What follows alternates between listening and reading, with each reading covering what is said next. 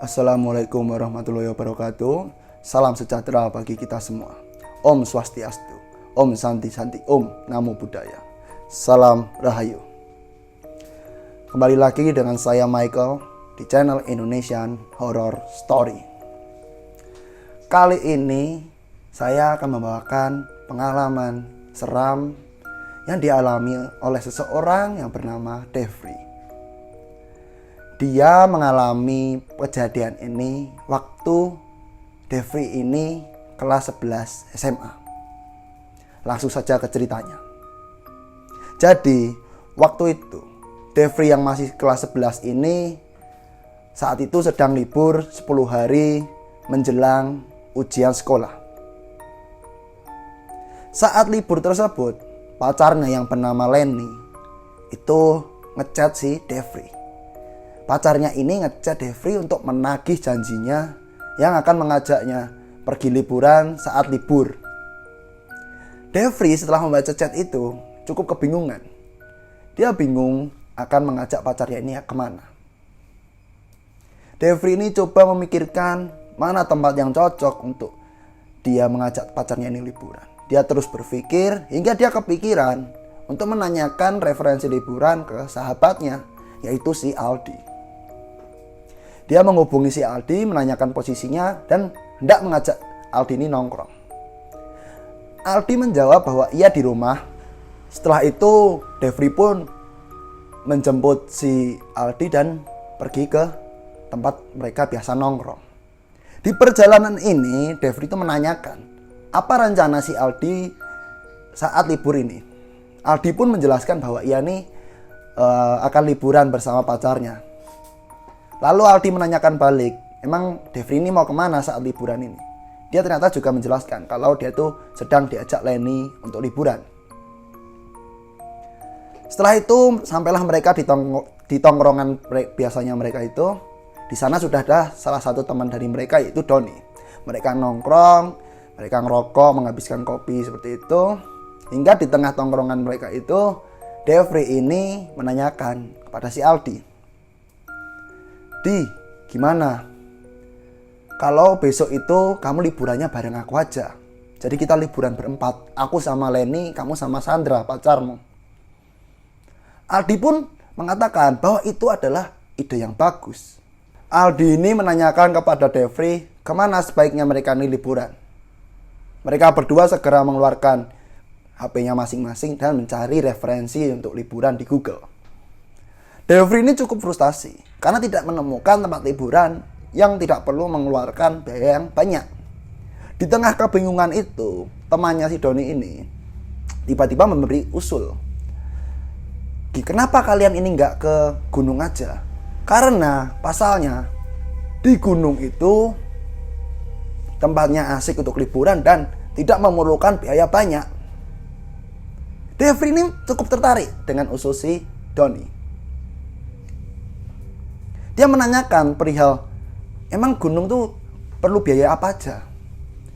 Doni ini menjawab, nggak perlu biaya banyak.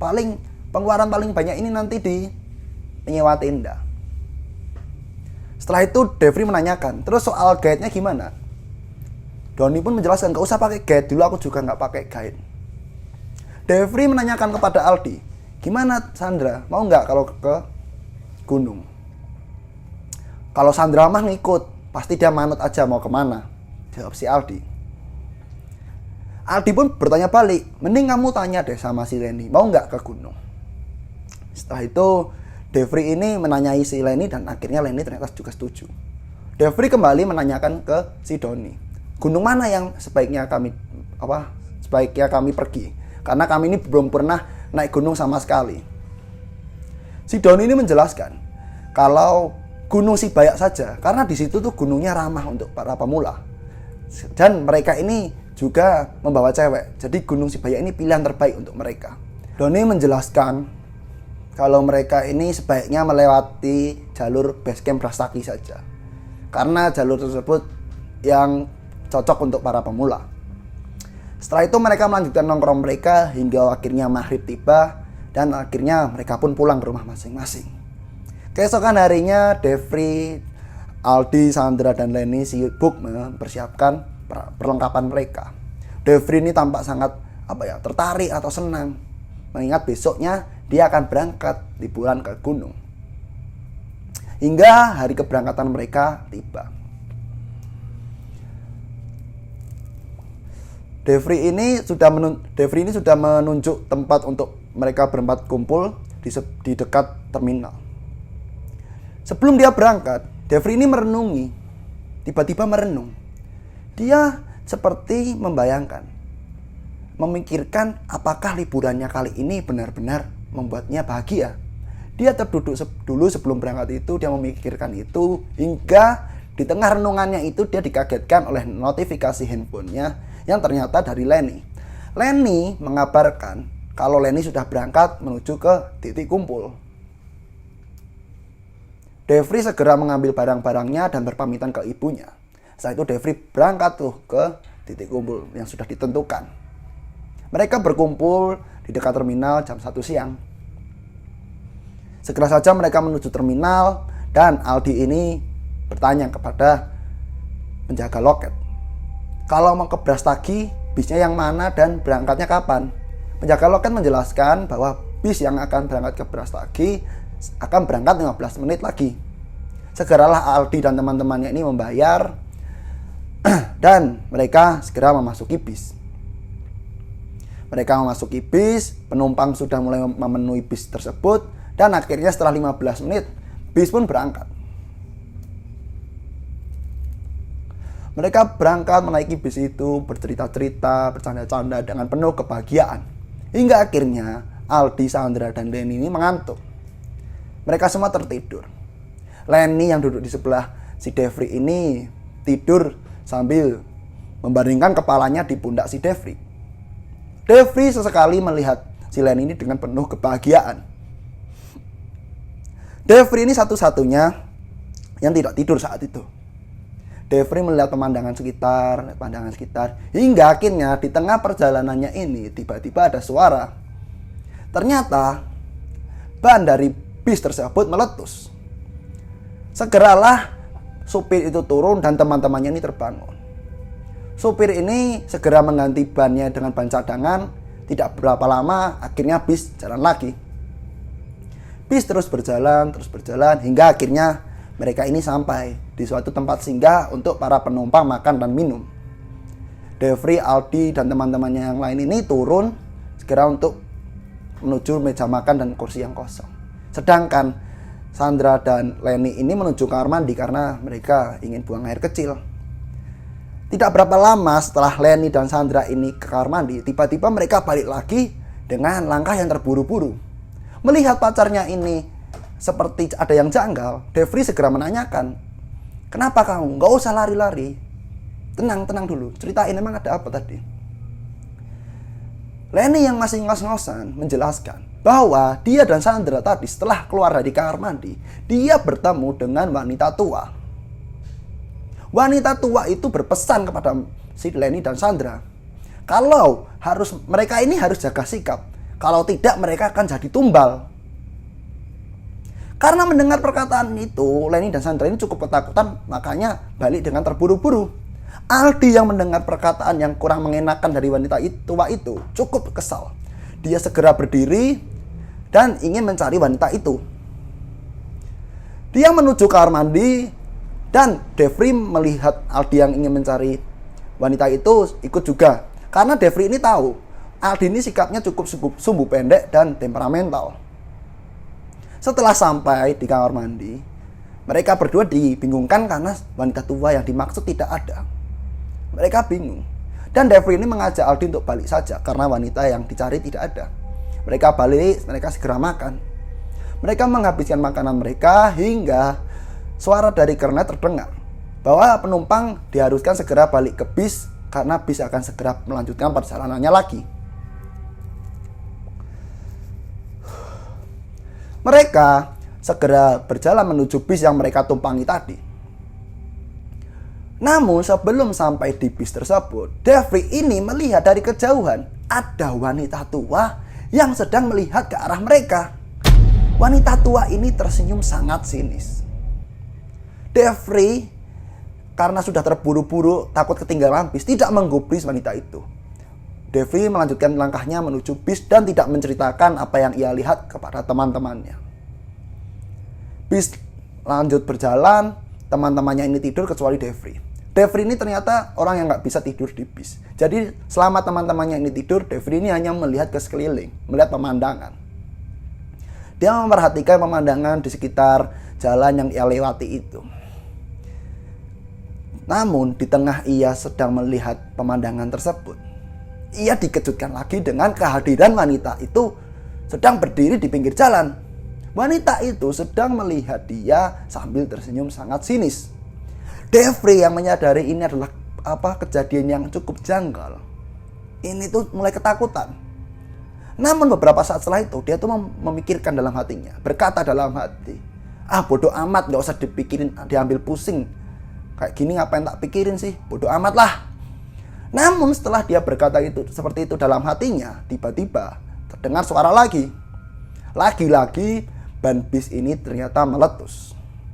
Devri ini cukup bingung tuh. Ini adalah sebabnya dari aku atau emang kebetulan saja? Apakah ini gara-gara perkataanku tadi? Atau emang bukan? Atau emang ini hanya kebetulan aja bannya emang meletus lagi? Supir pun turun untuk beberapa saat dan naik lagi karena mengumumkan kalau penumpang harus turun. Ternyata ban cadangan bis tersebut sudah tidak ada. Supir bis tersebut segera menelpon perusahaan miliknya dan mengabarkan untuk segera mengirim 1 bis cadangan dan 1 buah ban. Aldi yang sudah tahu waktu mulai memasuki sore, ini cukup gelisah. Dia takut kemalaman naik gunungnya. Aldi bertanya kepada Devri, gimana ini Dev? Ini keburu malam loh. Devri segera menghampiri supir bis tersebut dan bertanya, Pak, kalau ke Brastagi masih jauh apa tidak? Enggak dek, udah deket kok. Itu naik angkot nomor 8 aja. Nanti langsung sampai di pom bensin deket Brastagi. Setelah itu Devri ini mengabarkan kepada teman-temannya kalau mereka naik angkot aja dari sini karena sudah dekat. Setelah itu mereka berdiri di pinggir jalan dan menunggu angkot nomor 8 pun lewat. Untuk beberapa lama angkot ini lewat, tapi tidak ada angkot nomor 8 yang ditunggu oleh mereka. Hingga ada 1 angkot bernomor 6 ini lewat dan diperhatikan oleh si Devri. Ketika angkot sampai di depan mereka semua, Devri ini lagi-lagi melihat wanita tua yang ia tadi lihat ada duduk di samping supir angkot. Melihat kejadian aneh itu, Devri segera memberitahu teman-temannya, lihat itu. Aldi ini bingung kan, loh kamu kok sore-sore ngigau? Devri menjelaskan, ngigau gimana? Itu tadi ada wanita tua yang dilihat oleh Leni dan Sandra duduk di dekat sopir. Leni dan Sandra ini jawab, nggak ada tahu Dev, nggak ada siapa-siapa, di sebelah sopir itu kosong. Devri langsung terdiam. Dia menyadari ini sudah janggal. Dia mengambil rokoknya sambil menenangkan dirinya. Tidak lama dia merokok, angkot nomor 8 yang dia tungguin datang. Segera mereka memasuki angkot dan mereka berangkat menuju Brastagi. Sampailah di pom bensin dekat Brastagi.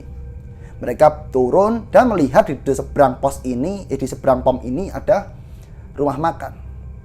Leni dan Sandra mengusulkan agar mereka ini segera memesan makan aja di seberang pom ini. Karena mereka takutnya nanti malam tidak bisa masak atau malas masak. Mereka nyebrang, Devri ini menyeberang paling depan. Devri melihat kanan kiri terlebih dahulu untuk memastikan tidak ada kendaraan yang akan lewat. Devri melangkah, namun beberapa langkah tiba-tiba ada klakson, ternyata ada angkot yang hampir menabraknya. Devri ini terkaget dan meminta maaf. Lalu Devri menanyakan kepada teman-temannya, loh tadi kan nggak ada angkot ya? Aldi ini cukup kesal, nggak ada gimana sih? Orang angkot segede itu kamu main nyebrang aja. Lalu akhirnya mereka berjalan dengan dipimpin Aldi menuju rumah makan tersebut. Makanan selesai dipesan dan dimasukkan ke dalam tas. Kembali mereka ke seberang menuju pom tersebut. Di situ sudah ada seperti kendaraan angkot yang bertuliskan Basecamp Brastagi.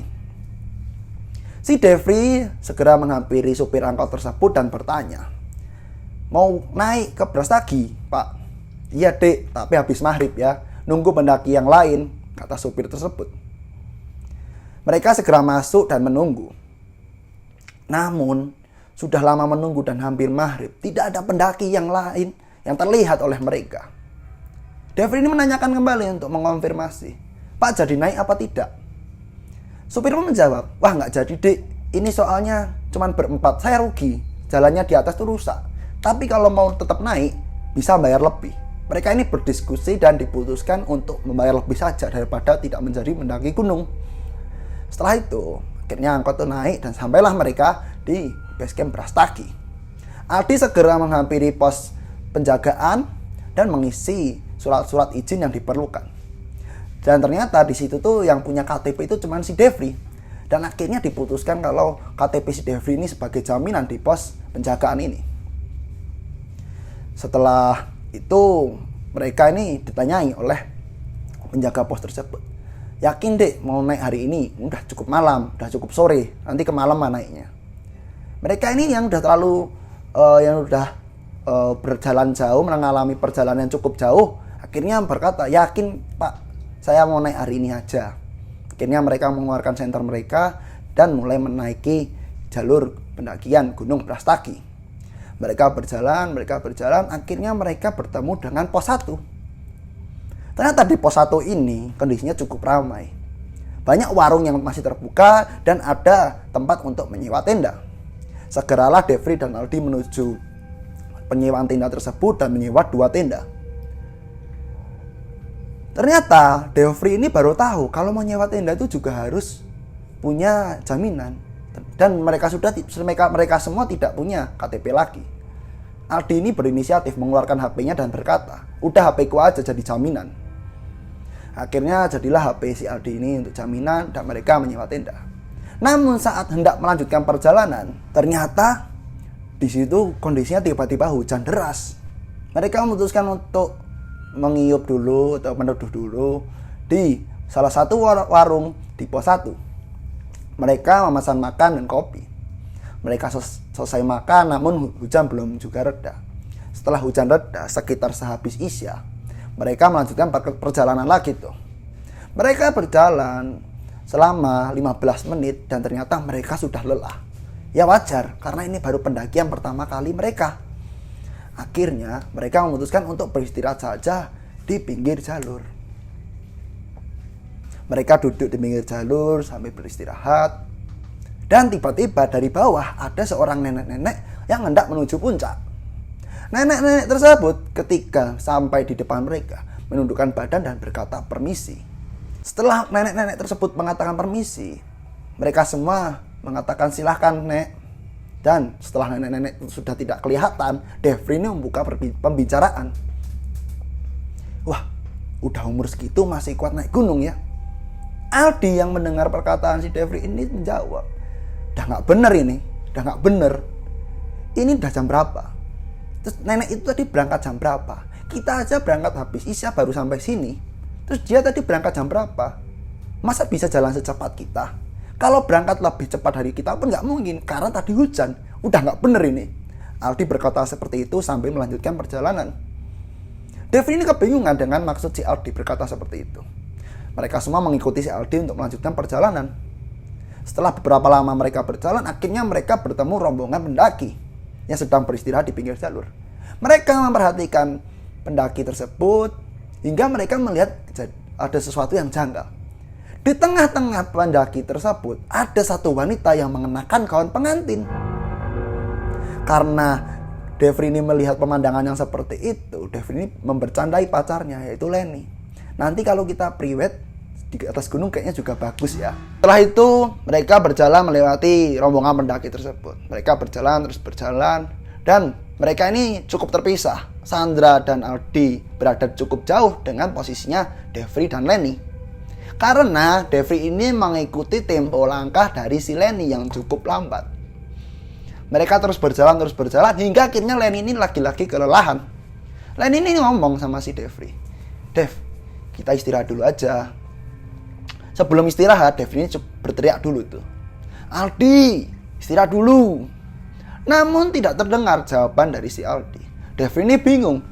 Apa udah terlalu jauh posisi Aldi ini? Akhirnya mereka memutuskan untuk istirahat. Saat istirahat ini, Lenny ini meminta maaf kepada si Devri karena membuat dirinya terpisah dari si Aldi. Tidak lama mereka beristirahat, tiba-tiba wanita yang mengenakan gaun pengantin tadi lewat dari arah bawah. Wanita mengenakan gaun pengantin itu sampainya di depan mereka berdua mengatakan, "Permisi ya, Kak." "Iya, Mbak," jawab si Devri. "Kalau di gunung hati-hati ya, jaga sikap kalian." "Makasih, Kak," jawab si Devri. Wanita tersebut terlihat menuju ke arah puncak. Mereka masih melanjutkan istirahat mereka, dan setelah itu Lenny mengajak Devri untuk melanjutkan langkah mereka. Mereka menyusuri jalur sembari mencari si Aldi dan Sandra. Mereka berjalan. Sudah lama mereka berjalan, tapi tidak juga kelihatan si Aldi ini. Devri ini cukup takut, cukup panik. Di mana temanku ini? Namun dia tetap menenangkan diri, takut si Lenny juga ikut panik. Mereka terus berjalan mencari Aldi, namun tidak ketemu. Hingga akhirnya mereka bertemu dengan pertigaan. Di pertigaan ini, di tengah-tengahnya ada seorang wanita yang sedang terduduk dan menundukkan kepalanya. Devri ini melihat wanita tersebut mirip dengan si Sandra dan berbicara kepada Lenny. "Len, itu kan si Sandra. Kita samperin yuk." Lenny yang cukup ketakutan melihat ada wanita terduduk seperti itu berkata kepada Devri, Jangan. Kamu panggil dulu aja, aku takut." Dipanggil tuh sama si Devri, "Sandra." Dan akhirnya ternyata itu benar Sandra. Sandra berdiri melihat ke arah mereka dan berlari sambil menangis. Sampai di si Devri ini, si Devri menenangkan si Sandra. "Kamu kenapa? Tenang dulu. Si Sandra ini sambil menangis menjelaskan, "Tadi aku tuh berjalan sama si Aldi. Dan sampai di pertigaan ini, kita bertemu dengan wanita yang mengenakan gaun pengantin tadi. Wanita itu menggoda si Aldi dan Aldi ikut dengannya. Dia berjalan ke jalur kanan." Devri yang mendengar itu cukup bingung, karena jalur ke puncak itu lurus, bukan ke kanan. Sandra menjelaskan, dia tidak mengikuti atau membuntuti si Aldi karena dia tahu jalur ke kanan itu bukan jalur pendakian. Dia takut ikut tersesat bersama Aldi. Karena sudah cukup malam, Devri ini memutuskan kalau mereka mendirikan tenda saja di tengah jalur hingga bertemu dengan pendaki lain untuk meminta tolong.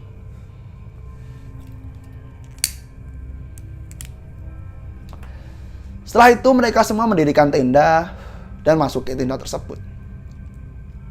Sandra ini ditenangkan oleh si Lenny hingga akhirnya Sandra ini tenang. Devri ini coba untuk keluar menunggu semoga ada pendaki yang lewat. Dia keluar tenda dan menghisap satu batang rokok sambil juga memasak kopi. Namun tidak juga ada pendaki yang lewat. Dan dia mulai berpikir tentang runtutan kejanggalan yang ia alami hari itu. Mulai dari bertemu wanita tua 3 kali hingga bertemu dengan wanita mengenakan gaun pengantin yang menitipkan pesan. Dia mulai bercuriga dengan teman-temannya ini. Apakah ada yang melakukan kesalahan? Dia ini segera memasuki tenda dan bertanya kepada si Sandra, "Kamu jujur sama aku. Ini kejadiannya udah gak wajar. Ini udah gak masuk dalam nalar. Dari tadi aku udah ketemu sama wanita tua, terus ketemu wanita mengenakan gaun pengantin. Dia menitipkan pesan kalau harus menjaga sikap kita. Jangan-jangan salah satu dari kita ada yang tidak menjaga sikap sehingga Aldi dibawa. Kamu sekarang jujur." Sandra ini kembali menangis dan meminta maaf.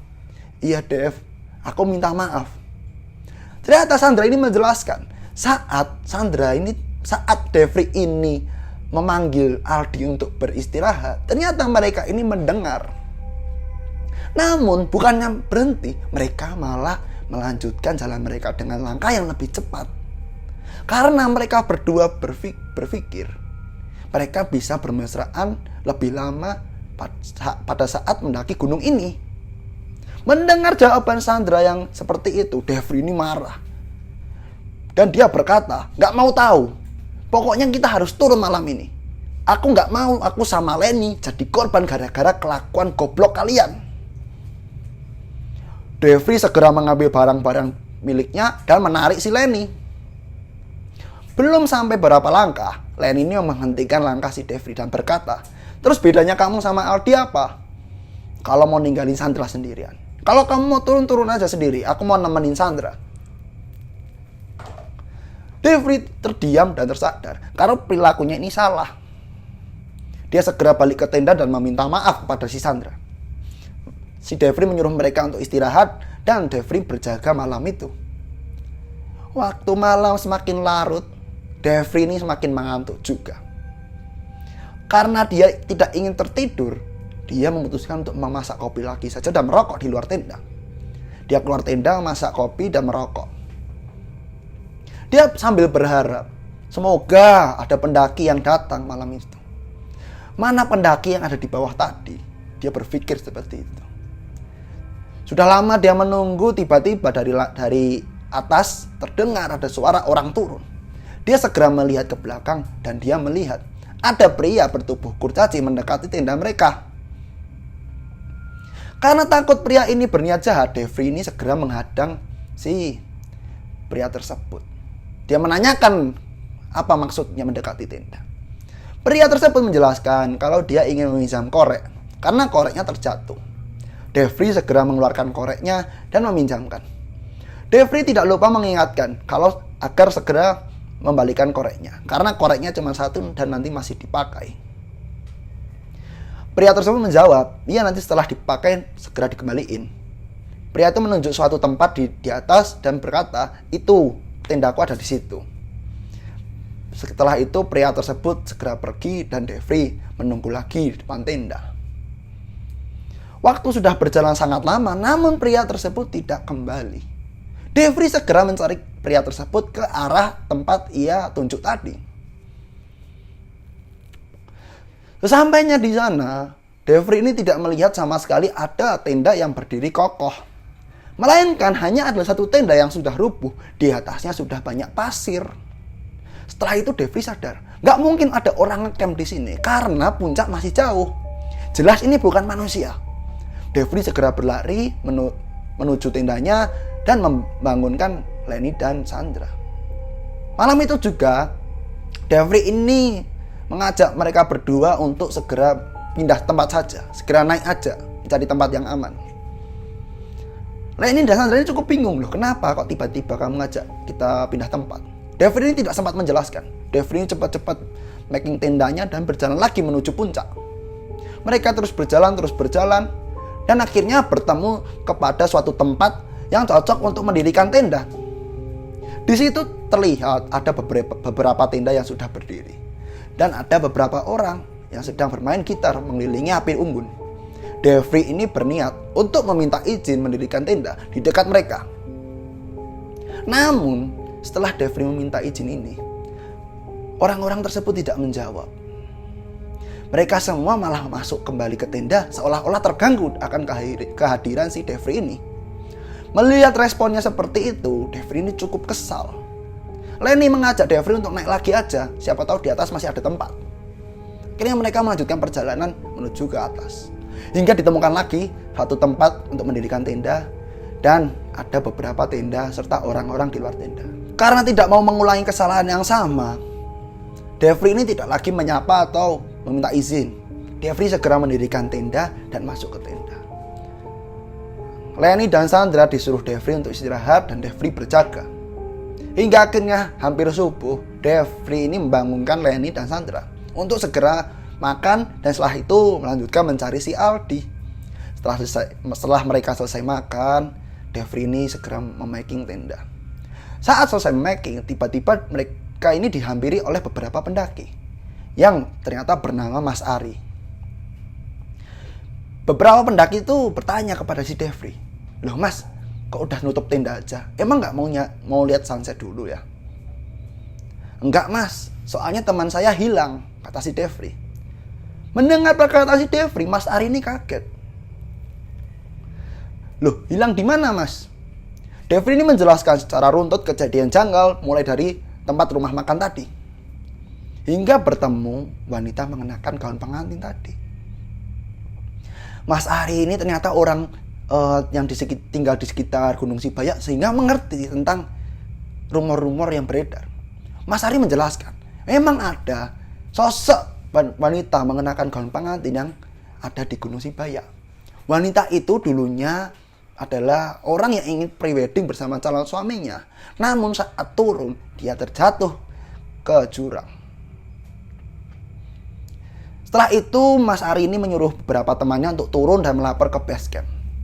Dan Mas Ari juga mengajak si Devri dan teman-temannya ini kembali ke pertigaan tadi dan untuk bertemu dengan tim SAR untuk setelah itu melakukan pencarian. Mereka semua mengikuti langkah Mas Ari menuju pertigaan yang mereka temui tadi. Mereka berjalan hingga waktu yang sangat lama, namun tidak juga menemukan pertigaan tadi. Karena sadar mereka ini seolah-olah ditutupi jalannya oleh sesuatu, mereka ini duduk aja di tengah jalur untuk istirahat. Mereka semua duduk, menenangkan diri dulu, berpikir jernih. Namun saat istirahat ini tiba-tiba si Sandra berdiri dan berjalan menuju hutan. Sandra tampak berjalan menuju suatu pohon besar dan langsung dikejar oleh teman-teman yang lain. Saat diteriaki, Sandra ini tidak sama sekali menggubris, malah berkata, "Aku mau pulang, itu rumahku." Setelah berkata seperti itu, tiba-tiba Sandra terpingsan di atas rerumputan. Segeralah mereka gotong Sandra ke tengah jalur lagi dan mereka melanjutkan istirahat mereka. Saat Sandra belum sadar ini, Devri ini melihat seperti ada orang yang melihat mereka di balik pohon. Ternyata itu adalah pria yang semalam Devri lihat. Karena Devri ini kesal akan keberadaan pria ini, Devri langsung lari menuju pohon tersebut. Karena sadar dia dikejar oleh Devri, pria ini langsung lari dan Devri mengejarnya tuh. Dia terus lari menuju pria tersebut hingga akhirnya pria bertubuh kurcaci ini jatuh dan terlihat bersembunyi di balik pohon besar. Segeralah Devri berjalan menuju pohon itu dan sesampainya di pohon itu Devri mencarinya. Namun saat sampai di pohon tersebut, si Devri tidak sama sekali menemukan pria tersebut. Dia mencarinya untuk beberapa saat dan memutuskan untuk kembali saja karena pria tersebut berhasil lolos. Dia berjalan kembali menuju teman-temannya tadi. Dan lagi-lagi Devri merasa jalannya ini seperti diputar-putar saja. Devri sadar kalau dia sudah melewati pohon besar itu sebanyak 4 kali.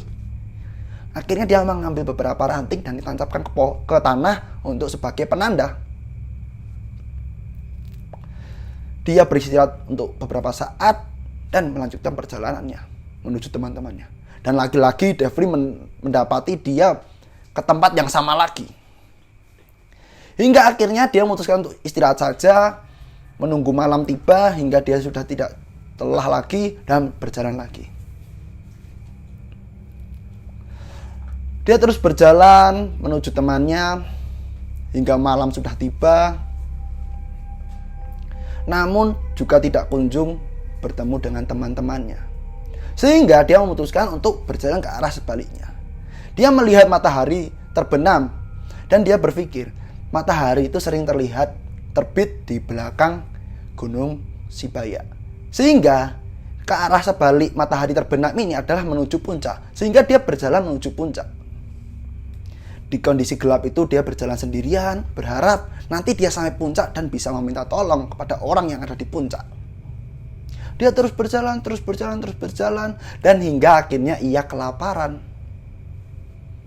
Dia berdoa kepada Tuhannya. Ya Tuhan, aku lapar. Aku harus makan apa di tengah hutan ini? Tiba-tiba setelah berdoa seperti itu, ada monyet yang melempar pisang ke arahnya. Diambillah pisang itu dan segera dimakan. Dia tahu ini pisang bekas monyet, tapi mau gimana lagi? Aku udah begitu kelaparan. Setelah makan, dia meneruskan perjalanannya untuk menuju puncak. Dia berjalan hingga ia merasa sangat lelah dan mengantuk. Dia memilih untuk istirahat di akar-akar pohon yang cukup besar. Dia tertidur di atas akar-akar tersebut untuk beberapa waktu. hingga ia dibangunkan oleh suara keramaian. Ia terbangun dan melihat sekitarnya seperti ada pasar. Dia seperti berada di tengah-tengah pasar. Namun yang jualan di situ semuanya bertubuh kurcaci. Karena ia sangat lapar, dia mencoba untuk mendatangi salah satu pedagang dan meminta makanan. Setelah dia meminta makanan, pedagang pertama ini seolah-olah tidak menghiraukan keberadaan si Devri. Dia beralih ke pedagang kedua dan sama responnya. Seolah-olah pedagang-pedagang ini tidak menghiraukan akan keberadaan Devri di sini. Karena Devri merasa tidak dihiraukan, dia berusaha untuk mengambil saja tanpa bilang. Saat dia meraih makanan tersebut, dia tidak bisa. Dan dia di situ sadar kalau ini bukan alam manusia. Setelah itu, dia ketakutan dan berusaha untuk lari keluar dari pasar tersebut. Dia terus berlari menjauhi pasar tersebut hingga ia kehausan. Dia berdoa lagi, dia harus minum apa saat itu. Dari kejauhan tiba-tiba dia melihat ada kubangan yang penuh lumpur. Diminumlah air dari situ. Dia terus berjalan, dan ternyata di dekat kubangan tersebut dia menemukan suatu gubuk tua dan dia menghampirinya, masuk ke dalamnya. Ternyata di dalamnya ada satu kasur yang bisa membuat dia istirahat malam itu. Dia memutuskan untuk tidur saja malam itu di gubuk tersebut. Dia tidur. Setelah dia tidur, tiba-tiba dia dibangunkan tuh, ada suara. Satu korban ketemu. Lihat ke sini. Dia terbangun. Dia berharap itu adalah orang-orang yang mencarinya. Dia segera keluar gubuk dan ternyata matahari sudah terbit sangat tinggi. Dan di sana kosong. Dia tersadar kalau itu hanya mimpi. Dia segera berjalan lagi menuju puncak, melanjutkan perjalanannya. Dia terus berjalan. Hingga di tengah perjalanannya ini, dia bertemu dengan sosok wanita yang mengenakan gaun pengantin tadi. Dia segera menghampirinya berharap bisa bertemu dengan si Aldi. Namun saat dia menghampiri wanita tersebut berkata, "Sudah, kamu pulang sekarang. Kamu ini orang baik." Devri pun menjawab, "Duh, nggak bisa pulang. Aku harus bertemu sama si Aldi." Wanita tersebut pun mengatakan, "Kalau kamu nggak mau pulang, kamu akan bernasib sama dengan si temanmu." Devri ini menangis jadi-jadinya mendengar perkataan tersebut. Wanita tersebut pun tiba-tiba menghilang dari hadapan si Devri. Devri menangis mengingat Aldi sahabatnya ini. Setelah menangis, dia melanjutkan perjalanannya untuk mencari puncak. Dia berjalan sambil dengan kondisi menangis. Dia berjalan perlahan. Namun di tengah perjalanannya, tiba-tiba Aldi muncul di hadapan si Devri. Devri ini cukup senang dan berkata kepada si Aldi, "Ayo Di, kita pulang." Si Aldi ini menjawab, "Kamu pulang ya Dev sekarang. Kamu pulang." Loh, Devri ini kebingungan dengan jawaban si Aldi. "Ayo pulang, kamu ini kenapa sih Di?" Aldi ini menjawab lagi, "Kita udah beda dunia Dev, kamu segera pulang ya." Devri pun kebingungan dengan maksud si Aldi. "Ayo Di, kita pulang aja. Kamu ngapain?" "Dev, kamu pulang. Bilang sama orang tuaku, aku minta maaf." Setelah itu, Aldi tiba-tiba hilang. Devri menangis sejadi-jadinya. Dia tahu kalau Aldi tidak bisa diselamatkan. Dia mengingat kenangan-kenangan indahnya bersama temannya itu. Kenangan semenjak dia sekolah, menongkrong bersama, merokok bersama. Dia terus menangis, hingga akhirnya dia memutuskan untuk turun saja. Dia balik arah dan menuju arah base camp. Dia terus berjalan hingga rasa lelah itu sudah mencapai puncak. Dan akhirnya si Devri terpingsan. Ternyata tim pencari ini yang terdiri dari beberapa gabungan, yaitu tim SAR, polisi, tentara, dan lain-lain, ini sudah beberapa hari mencari Aldi dan Devri. Namun tidak kunjung juga bertemu. Hingga akhirnya mereka merasa kewalahan dan meminta tolong kepada dukun yang berada di pos 1. Dukun tersebut melakukan ritual, yaitu ritual menyembelih ayam putih. Karena konon katanya, kalau ada orang yang hilang di Gunung Sibaya, penunggu di sana bersedia menukarnya dengan seekor ayam. Namun beda nasib dengan Aldi dan Devri. Penunggu tersebut tidak mau menukarnya. Devri ditemukan sudah beberapa hari pingsan dengan keadaan dehidrasi, kekurangan cairan di dekat pohon besar di mana ia tadi mengejar kurcaci tersebut. Dan ternyata saat Devri ini mengejar pria bertubuh kurcaci tersebut ke arah pohon tersebut, sebelumnya Aldi juga mengejar wanita mengenakan gaun pengantin tersebut menuju pohon tersebut. Dan saat Devri ini berjalan menuju puncak, Aldi ini sebelumnya juga berjalan menuju puncak. Saat Devri tertidur dan bangun di antara pasar, Aldi ini juga tertidur dan bangun tiba-tiba sudah berada di tengah-tengah pasar.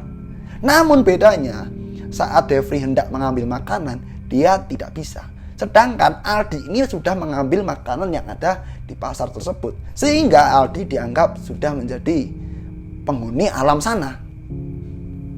Karena itu Aldi tidak dibiarkan keluar dari dimensi tersebut. Setelah itu, saat si Devri ini tidur di gubuk, itu adalah gubuk yang sama digunakan tidur oleh Aldi untuk terakhir kalinya. Aldi ditemukan tewas jatuh di dekat tebing di dekat gubuk tersebut. Raga si Aldi ini bisa dibawa pulang, tetapi nyawa dan sukmanya tidak bisa kembali. Nyawa dan jiwa si Aldi seperti diperangkap di atas Gunung Sibaya. Devri yang mendengar berita tersebut, mendengar penjelasan dari dukun tersebut, menangis jadi-jadinya, menyesali perbuatan dan kesalahannya bersama teman-temannya ini. Dia tidak menyangka dia berpisah dengan sahabatnya saat itu. Dia tidak menyangka perjalanan ini adalah perjalanan terakhir baginya bersama si Aldi. Itulah cerita dari Devri saat mendaki Gunung Sibaya yang harus berpisah dengan temannya. Kita sebagai manusia harus menjaga sikap dimanapun kita berada. Karena kita harus tahu, kita hidup berdampingan dengan makhluk-makhluk yang tidak semuanya kita bisa lihat. Sampai bertemu di video selanjutnya. Jangan lupa subscribe, like, dan share. Assalamualaikum warahmatullahi wabarakatuh. Salam Rahayu.